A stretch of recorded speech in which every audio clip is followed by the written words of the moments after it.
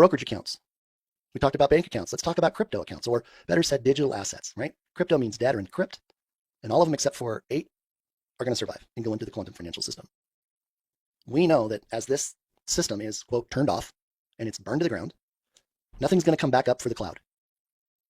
Our old computers are being replaced by quantum computers. These platforms, Binance, Uphold, Coinbase, and any other platform. How many platforms are closing down right now? My goodness. If it's not your crypto, if you don't have the keys to control that digital asset, XRP, XLM, etc., it's not yours, people. It's at risk. And I'll give you an example. Uphold. That's where I was at. They turn off the lights. They try to bring back up the balances. And Uphold says, yeah, we've got 2 billion XRP. We've got 1 billion of XLM.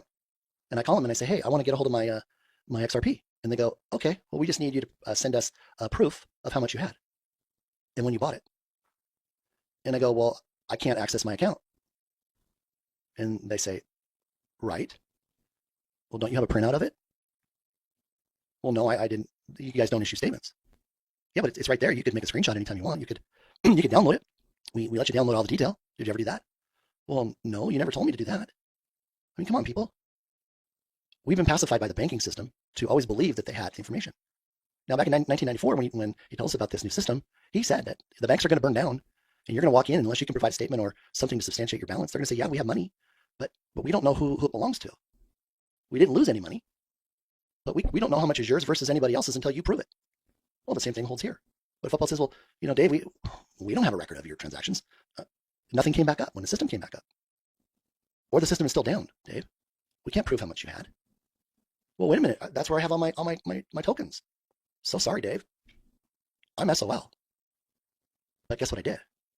I went and got myself one of those little cold wallets called a Ledger Nano, and I took the time to learn how to move it off of Uphold over to the XRPL directly. And since I'm the only one that has those 24 keys that are on that little device, that's my proof that they're mine. None of my XRP is sitting on that little device. Nobody's tokens are on those little devices. Just the keys that prove it's yours, so you can prove it's yours. But see, if it's sitting on a platform like Binance or Uphold or Coinbase or even Lobster, with what's happening, I could never prove it. It would be lost, be gone. It would belong to the platform. They would reap the benefit.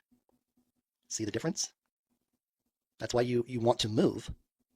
And here's some instructions on how to do it. It's not investment advice. There's probably people that know how to do this a lot better than me. There's videos out there on YouTube. But you just take your time. You do a small amount to verify the transaction comes over and shows up in your ledger live. And then once it does, then you move the rest of it. I think I did 3 transactions and I increased each one of them. And then moved the last bit. And if I got a warning I was trying to move too much, I just made it smaller. And I ended up with, just a little bit of XLM that I couldn't move over just yet, but I can now. But again, I don't want it sitting any place that I can't prove it's mine in the event that all the records are gone or can't be identified. Can you imagine coming into the buyback and they say, okay, because I'm on the buyback committee with the valuation committee with Jimmy Valley and Val Capital. And there's 7 of us on the valuation and like 60 something on the confidential committee. But now we're asking, we're working on that aspect to transfer it. And now somebody says, whoa, wait a minute. I can't prove it.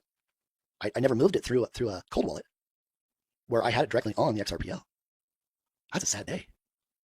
Now, I can't reveal what I want to reveal with regards to that. It's pretty fantastic.